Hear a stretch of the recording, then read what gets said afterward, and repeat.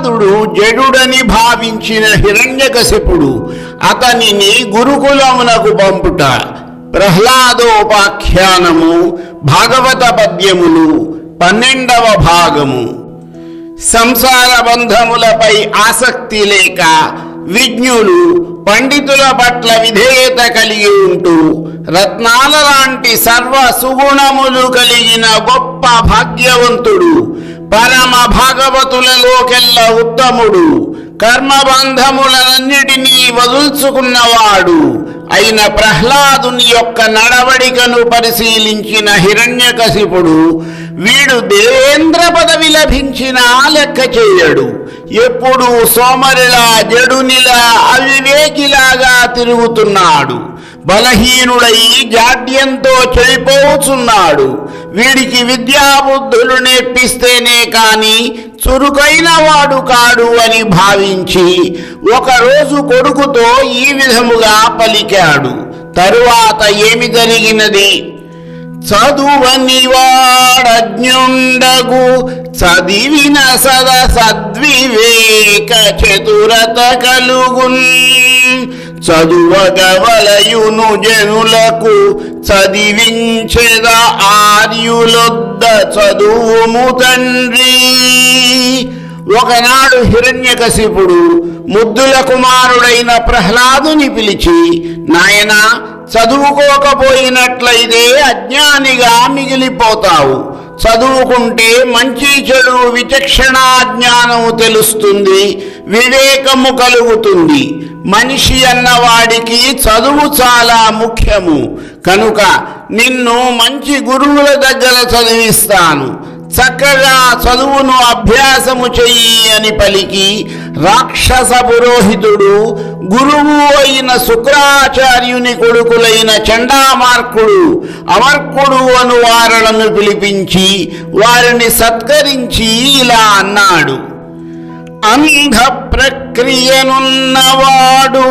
పలుకండస్మత్ ప్రతాప క్రియాగంధం వించుకలేదు, మీరు గురువుల్ కారుణ్య చిత్తుల్ మనోబంధుల్ మాన్యులు మాకు పెద్దలు మముం పాటించి ఈ బాలకున్ గ్రంథంబుల్ చదివించి నీతి కుశలున్ గావించి రక్షింపరే. స్వామి, మా పుత్రుడైన ప్రహ్లాదుడు అజ్ఞానంతో అంధుడిలా ఉన్నాడు. ఏమడిగినా ఉలకడు పలుకడు. నా శౌర్యము పరాక్రమము కొద్దిగానైనా వీనికి రాలేదు. మీరు మాకు అన్ని విధాల గురువులు, పెద్దలు, పూజ్యులు. మీరు దయామయ స్వభావము కలవారు, ఆత్మబంధువులు. మమ్ములను అనుగ్రహించి వీనికి చదువు చెప్పి పండితుని చేసి నన్ను కృతార్థుడిని చేయండి అని హిరణ్యకశిపుడు ప్రహ్లాదునికి చదువు చెప్పే బాధ్యతను వారికి అప్పచెప్పి వీనిని మీతో తీసుకువెళ్ళమని చెప్పాడు. వారు ఆ బాలుని తీసుకువెళ్ళి అతని సమవయస్కులు అయిన సహాధ్యాయులను, రాక్షసుల పిల్లలను కొంతమందిని తోడుగా సమకూర్చారు. అంకిత భక్తితోడ ధనుజాధిపుగేహ సమీపమున్ ప్రవేశించి సురారి రాజసుతుజే కొని శుక్రకుమారకుల్ పఠింపించిరి పాఠయోగ్యములు పెక్కులు శాస్త్రములా కుమారుడాలించి పఠించెనన్నియు చెలింపని వైష్ణవ భక్తి పూర్ణుడై. ఇలా గురువులు శ్రద్ధగా ఆ రాక్షసరాజు ఇంటి నుండి ప్రహ్లాదుని తీసుకుని వచ్చి అతనికి నేర్పాల్సిన విద్యలన్నిటినీ నేర్పారు. అతడు కూడా విష్ణు భక్తిని మాత్రము వీడకుండా వారు చెప్పిన ఆ విద్యలన్నిటినీ శ్రద్ధగా చదివాడు. ఏ పగిది వారు చెప్పిన ఆ పగిదించదు కాని అట్టిట్టని ఆక్షేపింపడు తానన్నియు రూపించిన మిథ్యలని నిరూఢమనీషన్. ప్రహ్లాదుడు కూడా గురువులకు ఎదురు చెప్పకుండా వారు చెప్పిన విధముగానే చదివాడు.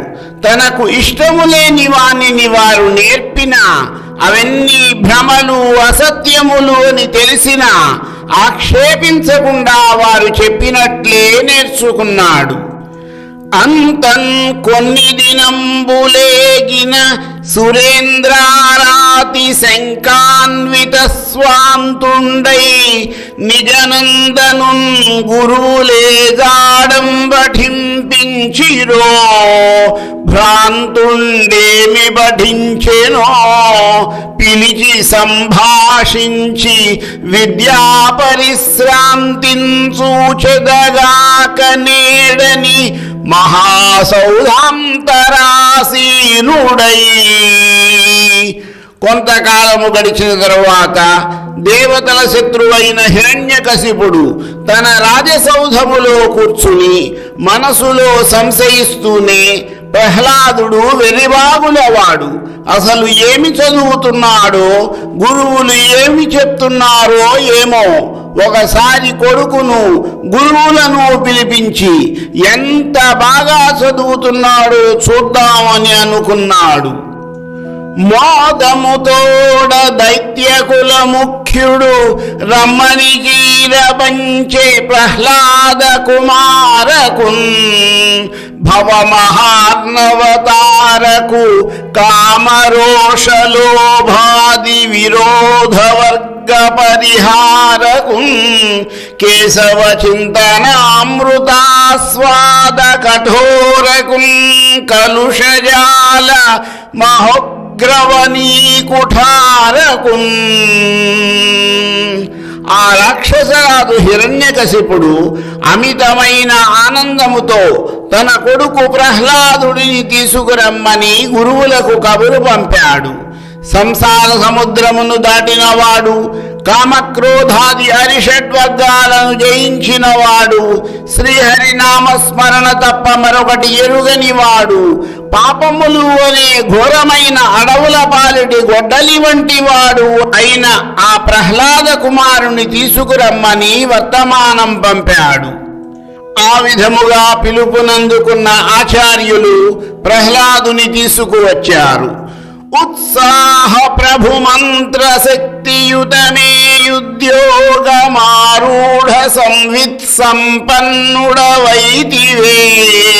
చదివితే వేదంబులున్ శాస్త్రముల్ వత్సారమ్మని చేరజీరి కొడుకున్ వాత్సల్య సంపూర్ణుడై ఉత్సంగాగ్రము చేర్చి దానవ విభుండుత్కంఠ దీపింపగన్.